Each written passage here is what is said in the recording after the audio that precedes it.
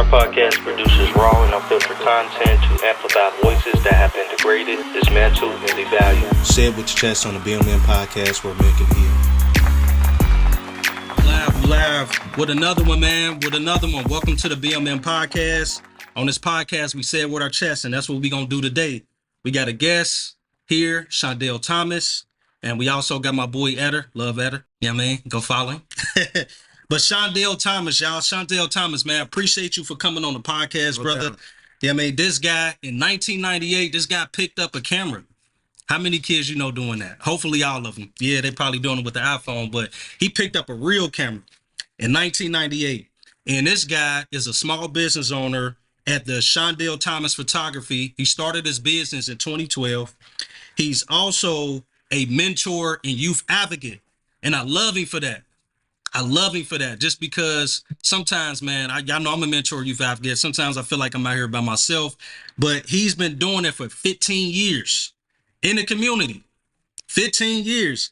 We got to give a hand to him on that. 15 years in the community. Let's go. Bringing that youthful spirit, and that's what they need. They need that wisdom. They need that knowledge. They need all that. So I appreciate you, man, for joining the podcast and just being with us. And he also has his own podcast. So he's a podcaster as well. So just a few things about him, but I'm gonna allow him to get more into himself and kind of just tell us about yourself. That's what's up, man. DeVoe, I appreciate you, bro. Yeah, you know what I'm saying? It's been a long time coming. We done politicked over a year. Like we gonna link up on something. Yeah, you created it. You know what I'm saying? I had to get him on here. Yeah, I appreciate you. So yeah, I'm glad to be on here. As DeVoe said, I'm a photographer. I am a storyteller, content creator.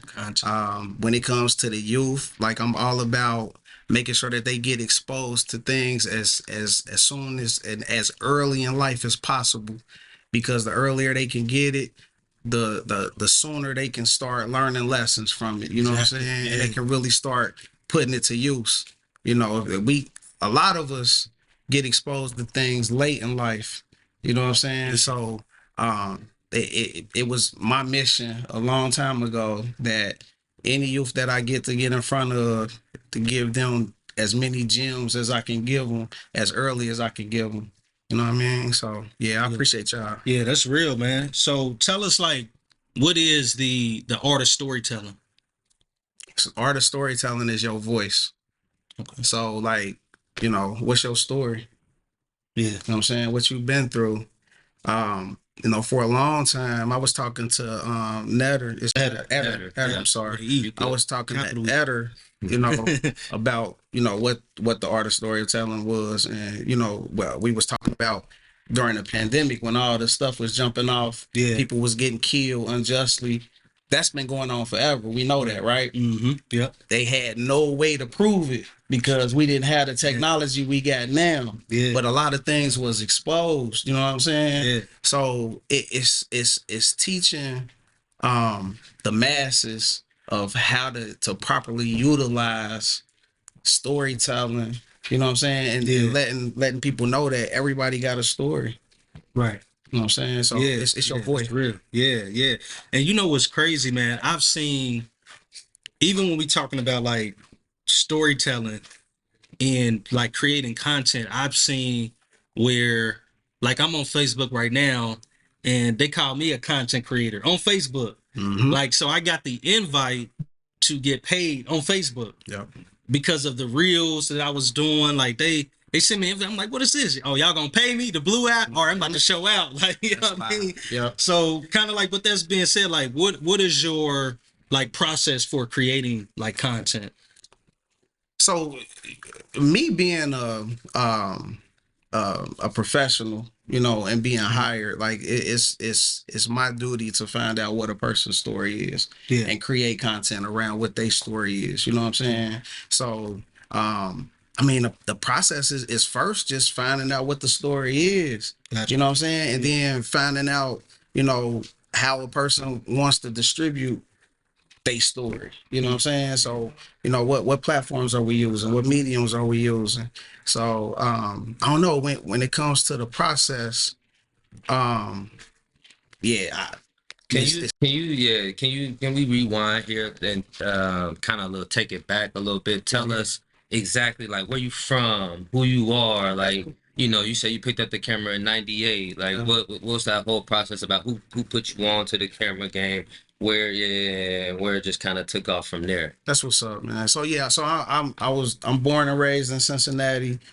Grew up in the suburbs. I lived between Mount Healthy and Licking Heights. So I spent a lot of my summers and my weekends in between Licking Heights and 15. Yeah, 15. Yeah. But I was raised in Mount Healthy, so I went to school in Mount Healthy. Okay. You know what I'm saying? So I got I got a really good education. You know what I'm saying? I got a really good education from both places. You know what I'm saying? Okay. A lot of people, when they think of Mount Healthy, they think like, suburban. But it went down in Mount Healthy though, for real. You know what I'm saying? Yeah, I'm and then the grittiness of the zone, and then just the historic. So I grew up. I was born in '77. You know what I'm saying? So you might as well call me an 80s baby.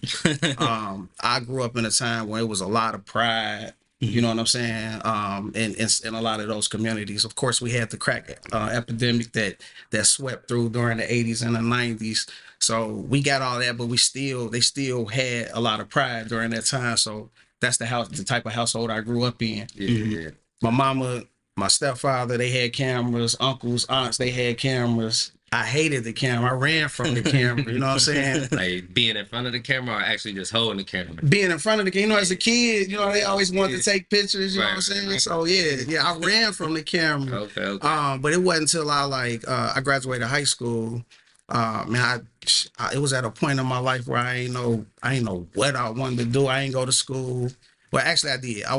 I went to school, but I ain't stay in school. Right. You know what I'm saying? So I ain't know what I wanted to do. So mom had this camera laying around. She wasn't doing anything with it. So I'm like, yo, let me use this camera. You know what I'm saying? What you gonna do with this camera? You know what I'm saying? I'm like, yeah. Listen, I've seen some things that I want to capture, and I just want to share them with, some of the things that I see, right. From my perspective with other people. Right. You know what I'm saying? You got to think about it. So I grew up in the suburbs, basically. I didn't venture out into the city too often. When I was younger, we go to the ball game, stuff like that. But it wasn't until I started driving, started hanging with other friends that had, people in the city and stuff. And you kind of see the characteristics of the city and stuff like that. And I've always been an artsy type person. So I'm like, man, I want to capture some of these things. You know what I'm saying? So I got old joints, old black and white joints of Smitty's, old Vine Street. You know what I'm saying? Like the weird people that used to be at the warehouse. I don't know if y'all old enough to remember the warehouse, but the warehouse was like a freak show. Like, you know what I'm saying? Yeah, at night, like I got some old joints. Like it's just different little things. You know what I'm saying? That what is one of the most vivid pictures that you remember? That you when you first started off? You said your mom had the camera laying around. Maybe what was that first image that you saw that made you want to say, all right, let me get that camera? Or when you got the camera, that first shot that you can remember? The Ohio River at night when it's raining. Yeah, I had You was fishing down there? Nah, bro, like night. just riding around. I mean, you ride around at night, you just are just exploring the city or whatever, you know what I'm saying? And like I said, I got an artistic mind. Like I see things, you know what I'm saying? So just looking down over the river, like say for instance, you were in Mount Adams and you looking down, you feel what I'm saying? Like it looked different. Right. You know what I'm saying? The lights glistening off the water. It's like I had wrote back in the day, like I wish we had Instagram back then, because I used to write little captions in my little book. But I had said I called Cincinnati the city of underwater jewels. You know what I'm saying?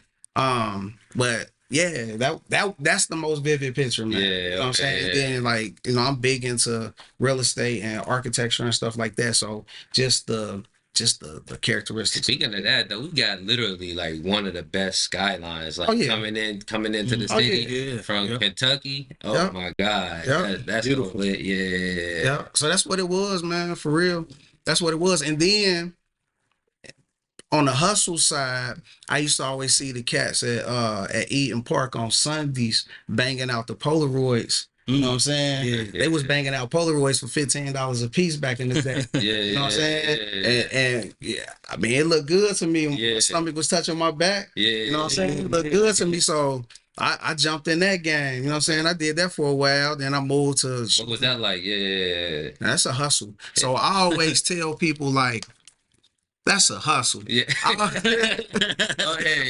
Go ahead and get a little water. I always tell people that if I was to ever do a reality TV show about photography, that would be one of the challenges. Yeah. One of the challenges would be to have the contestants work in the club and bang out photos. Wow. Right? Yeah.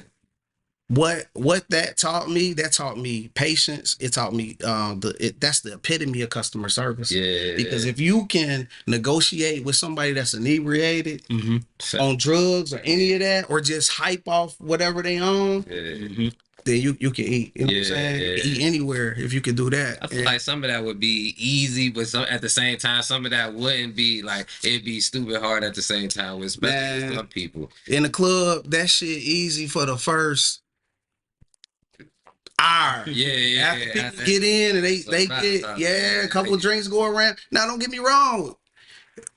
You eat. Yeah. But there comes a point where you start working for your money though. Yeah. You know what I'm saying? You get the cats that's high because they eating real good and they want to hold up the line. They want keep shooting. You like, hold on, whoa, hold on. You know what I'm saying? Yeah. I mean, you eat, but you gotta talk fast. You gotta talk quick. You know what I'm saying?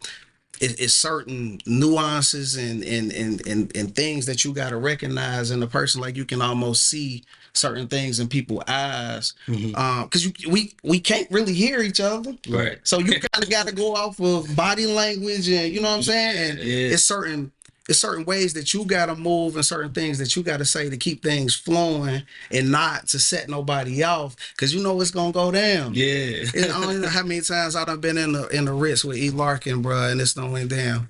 You know what I'm saying? You can't do nothing but take cover and just try to hover over your equipment, like, Right. You know what I'm saying? Yeah, bro. So yeah, that's kind of my journey though, man, for real. Like, so just picked it up, shooting landscapes, moved to shooting people, and you know how like you take a picture, somebody like it, and they like, oh, can you shoot my family? Right, Like, you know what I'm saying? I'll do it. Some of the shittiest pictures when I first started. You know what I'm saying? Looking back at it, yeah, bro. I mean, like you said, it's the process, and enjoying that process is the main key, and the hustle behind it is, you know, kind of what you gotta have. Especially, you know, we can kind of transition into the entrepreneurship. You know, bro, here you said you had to hustle. Like, what else you had to do, you know, besides, you know, where did the hustle come from? What was the grind like? You know, you've been doing this for a little while, so give us some of that. 1998. It was a slow process for me, man. I had tons of mentors. You know what I'm saying? Like, I'm the type of person that I seek out tutelage. You know what I'm saying? I try to find somebody that's smarter than me, that know a little bit more than me, and I try to sit down with them. You know what I'm saying? And back when I was doing it, it was very few people, but when you found them, they was open. You know what I'm saying? Okay. And how I was able to have it is because I was just so open. You feel what I'm saying? Like, I was open, and if they gave me a task or if they told me to show up somewhere, I showed up. You feel what I'm saying? And I asked questions only pertinent to what we was doing. You feel what I'm saying? Okay. You know, and then I left out, I applied it, came back, showed it. You know what I'm saying? Took my critique, took my tongue lashings. You feel what I'm saying? I had some guy, like, so I had two major mentors, and I always show these guys love. Well, one of my mentors, I met him in 2001. His name was Cladis Moore. So Cladis Moore, shout out to him. He rest his soul. So Cladis Moore was a fashion art photographer, right? Yeah. But he was also he was a philosopher. You know what I'm saying? So, like, one thing about Cladis, I never took a picture in his studio. What was that? Never took a picture in the studio. I always worked in his darkroom. His thing was, if you learn this black and white, you will learn photography. If you can learn how to read the shadows and the shapes on a negative image, then you won't have no problem with posing or seeing the shadows as they are in true color. Right.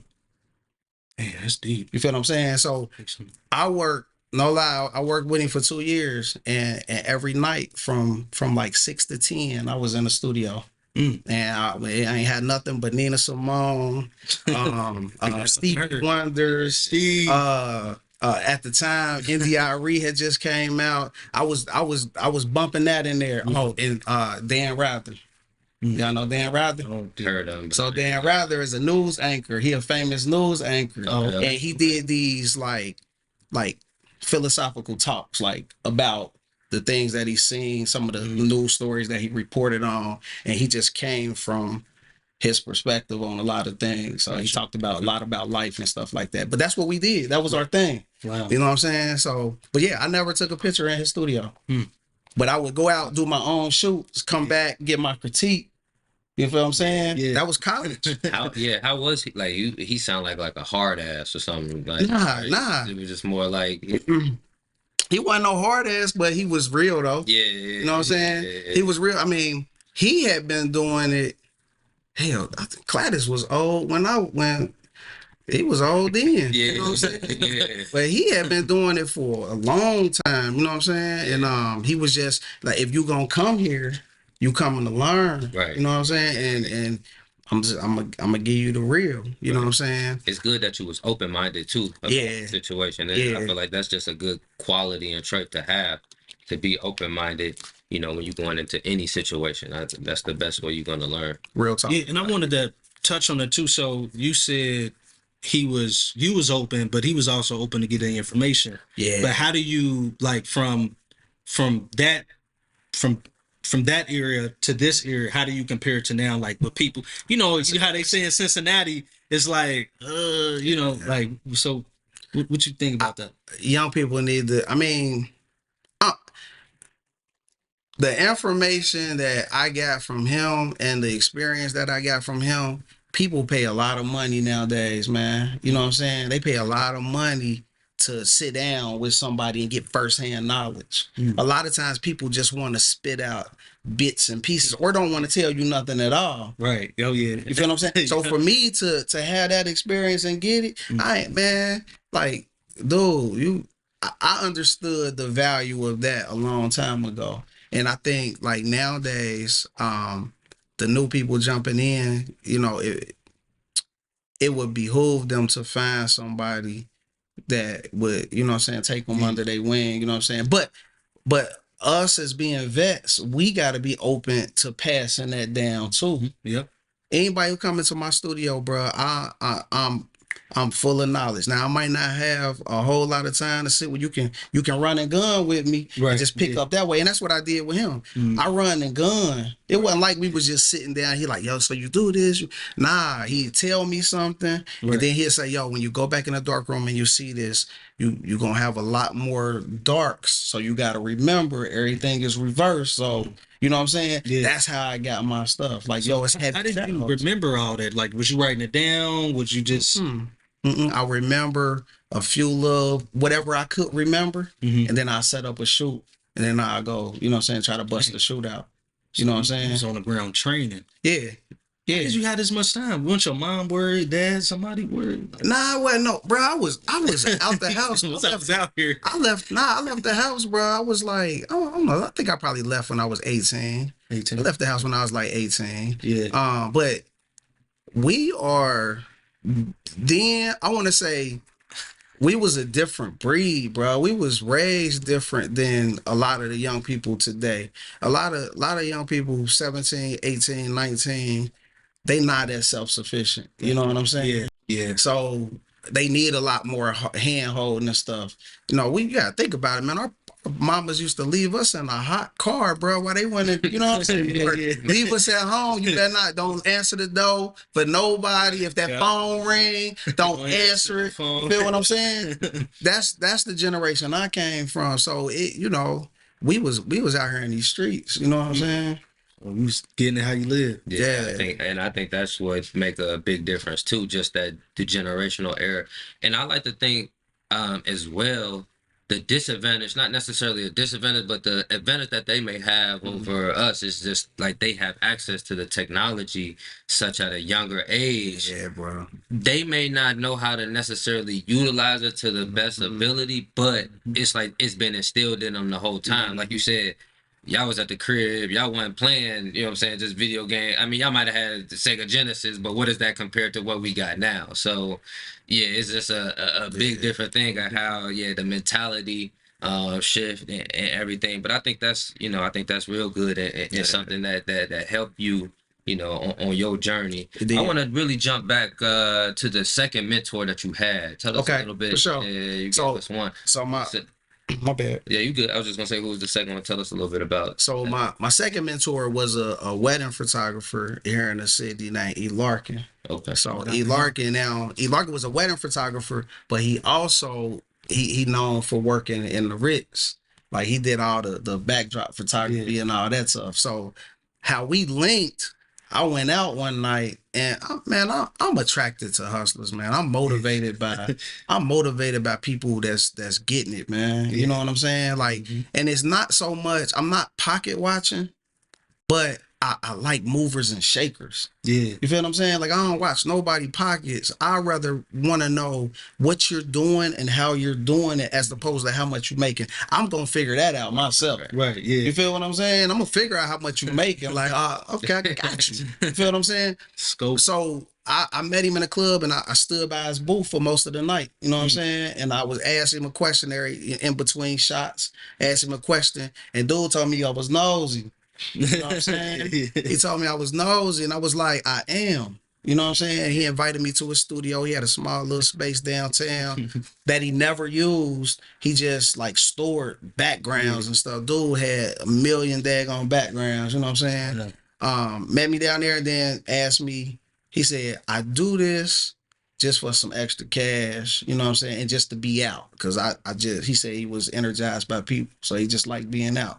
He said, but how I eat is the wedding photography. And I'm like, all right. Yeah, so you inviting me? You know what I'm saying? Like, if you gonna work, you know what I'm saying? That he didn't know me from Adam. So anyway, he invited me out, man, and then we built a relationship. You know, I still did the club thing with him, went to weddings with him. I learned a lot about that. You know what I'm saying? He was a dog. He was getting it at the time. Like, he was the first photographer that I noticed that had bus stop benches. You know what I'm saying? He had his face was everywhere. So his marketing was on point at the time. He had a relationship with the Wiz, so he would do work for them, and I found this out 20 years later. I was gonna ask, did you know that before you? Nah, bro, I didn't know how he was. I'm like, yo, you spent a lot of money. So we had a conversation. I ran into him maybe like 6 months ago. Yeah. And I hadn't seen him in over 20 years. Wow. But ran into him, he noticed me before I did. Like, yo, where that camera at? You know what I'm saying? I'm like, yeah, you know it's somewhere close. But I asked him, we had opportunity to sit and talk. I was like, yo, you was running hella ass back in the day, man. Like, he said, bro, they owed me favors. I said, all right. I said, I'm gonna leave it at that. You know what I'm saying? He went in more detail, but yeah, he said the key is to always be of service, so much to the point where they can't help but want to help you. Right. I like that. You feel what I'm saying? Yeah, he dropped the gem. And so that's my philosophy, because not only did he share that with me, but Gladys shared that with me as well. It's like, you win when you of service, bro. Yeah. When you lead with gratitude and service, you're gonna win. Yeah. That's the key to longevity. That's deep. How much value are you bringing? That's it. Yeah. That's it. That's what it's about. That's it. So as we enter, y'all know we got different segments. We're going to get into our healing segment. So what are some things that you all want to heal from, like personally, mentally, physically, economically? What are some things that you want to hear from? That's live. Me or you? I'll go Yeah. first. Yeah.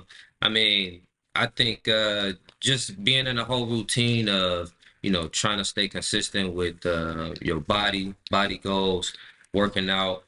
Um, you know, Me personally, I've been playing racquetball a little bit more. We was hooping the other day with some With the kids, with freshmen in yeah. high school. Man, my body just super sore after this, and Yeah. I've been doing a lot of running, a lot of working, in general. So, I just, praying that my body recover. I feel like, actually, just even over these past couple of months, I done probably dropped like 10 pounds. So, it's just like being able to heal from my body, transform into a whole different person in a sense. So, just hopefully, diet right, Getting old. a little older, getting wiser though. Getting wiser, Getting wiser. I'm starting to sit down and talk to people, Right. getting physical with people now. So yeah. But I want to heal from that, man. Yeah, I can take you down, Ed. I Yeah. can take you down getting old. That's live. I still move on your ass. Hey, when Kobe was first came in the league, he was dunking, but now my dog starts shooting. I'm just hitting that prime, in between. So we just getting started. That's what's up. Yeah, y'all gonna have to invite me to the racquetball joint. Oh yeah. You get down? You played before? Yeah, okay, yeah. I'm just getting back into it. I played a little bit when I was down in West Virginia, Alright. but it's just recreation. And then about a month ago, I started going back and playing. So I'm still getting back used to it and everything. Yeah. But yeah, That's the definitely. ultimate cardio right there, Man, Like if you stupid want cardio. chasing the ball, if you want to get fit real quick, Yeah, that's it right there. And I mean, just like hand-eye coordination. That's it. And Actually, Yup. you know what I'm saying, figuring out the swing, the Yup. technique, all that shit. That shit is live. I used to try to tell my son that. So my son was a nice baseball player, like nice. But I used to always tell him, like, bro, come play some racquetball with me. Yeah. Get them cuts and everything. Everything. Like, I'm telling you, you'll be right. I mean, cause you ain't, you know what I'm saying? Quick movements and everything. Yeah. Yeah. That's what's up. So healing, man. What I want to heal from? Yeah, what you want to heal from, man? Get them traumas out, man. Say it with your chest. I ain't even gonna do that to y'all. Nah. So I don't know, man. I think I want to heal from procrastination, man. Procrastination. I want to heal from procrastination, man. Like I want to be as sharp, and I'm working on it. I got some moves that I'm making to take action sooner. You know what I'm saying? But as soon as I have a thought, act on it and not ponder on it too long. You know what I'm saying? Because what I realize is just as I have the thought, it's probably 1,000 other people, and now the clock is ticking. Mm-hmm. So it's all about who execute first. That's it. You know what I'm saying? That's about. So that's my biggest one, bro. Yeah. Don't be a pro in procrastination. Professional procrastinator. Mm-hmm. That's what Real it's talk. For me, I want to heal from just continue doing what I've been doing. The therapy, I did slack on my workouts. Man, I slacked on the workouts, the stretching, the whole thing. So I got to get back to that, but just been working a lot more, trying to get my mental right. That's like the biggest thing. So I kind of neglected the physical, but I'm gonna get back into it. So with the next segment, drop a gem for the listeners. Drop a gem. We talked about kind of what he said earlier in the fact of just being that hustler, being that grinder, being somebody that's open-minded to go out there and get it. Like most of his mentors, he went out and found, from what I've heard, he went out and found, he went out there and was willing to do, just be there, be annoying, or be somebody to learn, and I feel like that's kind of how I am. Like I gotta be able to do something, like in order to actually learn it. I want to, just jump in the fire per se. And I feel like, at the same time, you got to have a cautious perspective with that. But it's just about really being open to learning, because I'm sure you had, failures on the way, that you had to overcome. May not have been too bad because you had that mentor that you could go to. But, just being open-minded and going out and finding what you want. Go seek what you want, and it'll come to you. That's live right there. Go seek what you want, and it'll come to you. We're seeking you shall find, bro. Shall we Real talk. Mine would be pass the torch. Pass the torch, man. You know what I'm saying? Like I I had a lot of steps along the way, and it was a lot of stuff I dropped off because I feel like I had elevated to a certain level. So now I can share the knowledge, pass it down, and then move on to something else. You feel what I'm saying? Pass the torch. Don't be afraid to share your wisdom. Yeah, share the knowledge, the wisdom, all that. It's a slow process, but quitting won't speed it up. You know, and I tell people all the time with this journey, man, you know, I jump off a plane and I build one on the way down. That's what it's all about. You gotta be able to just take the risk. Because if you ain't taking the risk, then you still taking the risk. That's No just what it parachute is. needed, huh? No pressure. Breadwinner. Mm. That's KG. That's KG right there. Kevin Gates. He's so funny. Last but not least, shout out to Black-owned business. I'm gonna go with Basketball Hustle TV, man. Check them out. We doing some things at Sports Plus every Saturday at 10 to 12 p.m. So shout out to Basketball Hustle TV, my guy Dre the Creator, New World Arts, and that's it. Oh, and Shawndale Thomas Photography. Appreciate that. Yeah. Yeah. I don't know, man.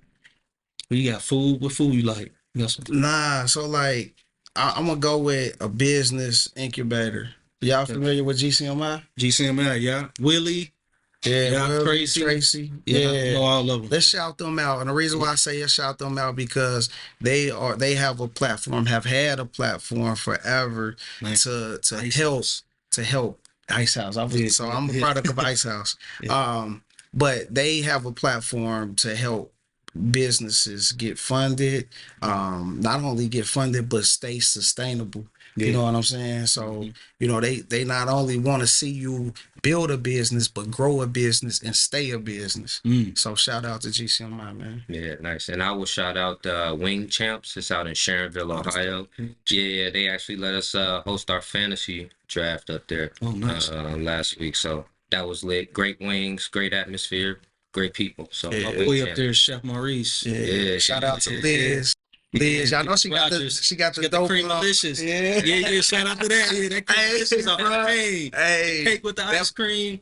that Hey. sweet potato pie. Oh my God, nationwide company, man. Y'all need Yeah. that sponsor, bro. Yeah. We got to. Yeah, we gonna get there. We definitely gonna get there. I would love to chomp on some of that right now, bro. Yeah. Hey, last but not least, can you say your social media tags so they can kind of follow you and see where you at? Yeah, Facebook, absolutely. Instagram, all this. So you can find me on Facebook under Shawndale Thomas Photography or just Shawndale Thomas. You can find me on Instagram at Shawndale_Thomas_photography. And those is the ones that I use mainly. You had a question though that I guess we ain't gonna get to talk about it, but the social media that I would prefer to use. Yeah. IG. IG all day. IG all day. What? Why is that real quick? Just, Because of the platform, just the way you can get the stuff out. Yeah, You know what I'm saying? Reels. Where you Like like the reels? I love the reels, Yeah, the reel it's joints. Like outstanding. Yeah. I got a reel that's been rolling for a minute. It's still doing numbers. Like I reel's just crazy. love. I hate the way they switch up the algorithms, Man. but once you learn them, you roll with it. yeah. All right, like we have to get to that on another I got one. you. Yeah, I got you. Because I feel like we ain't even get into the To the content content creation creation, of everything. But we thank you all for tuning in. Shawndale, we appreciate you being here. And just like that, y'all, we got another one. We out. Our podcast produces raw and unfiltered content to amplify voices that have been degraded, dismantled, and devalued. Say it with your chest on the BMN podcast where men can hear.